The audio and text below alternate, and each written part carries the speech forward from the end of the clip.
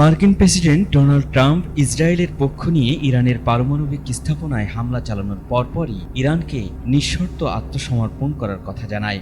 এই হামলার পর ট্রাম্পের প্রস্তাব নাকচ করে দিয়ে যুক্তরাষ্ট্রকে কঠোর হুঁশিয়ারি দেন আয়াতুল্লাহ আলী খামেনি। তখন থেকে খামেনিকে হত্যা করার পরিকল্পনা করে ইসরায়েল।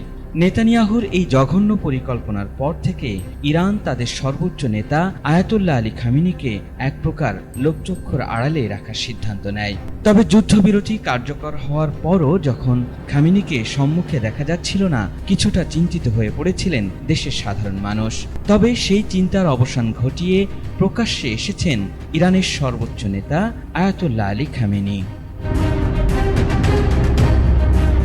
খামেনি প্রকাশ্যে এসে ইরান ইসরায়েলের যুদ্ধবিরতির পর প্রথম বার্তা দিয়েছেন। এই বার্তায় বিজয়ের ঘোষণাও দিয়েছেন ইরানের এই সর্বোচ্চ নেতা। বৃহস্পতিবার আল জাজিরার এক প্রতিবেদনে এই তথ্য জানানো হয়েছে। প্রতিবেদনে বলা হয়েছে, সামাজিক যোগাযোগ মাধ্যম এক্সে এক পোস্টে জায়নবাদীদের বিরুদ্ধে জয়ের জন্য অভিনন্দন জানান তিনি বলেছেন, ভ্রান্ত ইহুদিবাদী শাসনের বিরুদ্ধে বিজয়ের জন্য অভিনন্দন। ইসরায়েলকে উদ্দেশ্য করেই তিনি এমন বার্তা দিয়েছেন। এর আগে বিভিন্ন সংবাদ মাধ্যম জানায়, ইরানের সর্বোচ্চ ধর্মীয় নেতা আয়াতুল্লাহ আলী খামেনি তেহরানে তার নিয়মিত বাসভবনে অবস্থান না করে নিরাপদ বাংকারে অবস্থান করেছেন। তবে যুদ্ধবিরতির পর থেকে তার আর কোনো খবর পাওয়া যায়নি।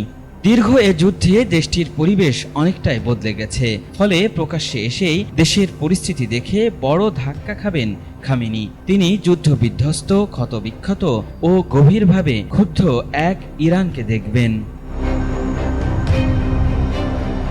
৮৬ বছর বয়সী খামেনি যুদ্ধের সময় প্রাণনাশের ভয়ে গোপনে বাংকারে আশ্রয় নেন। সেখানে সকল ধরনের ইলেকট্রনিক যোগাযোগ থেকে বিচ্ছিন্ন ছিলেন তিনি।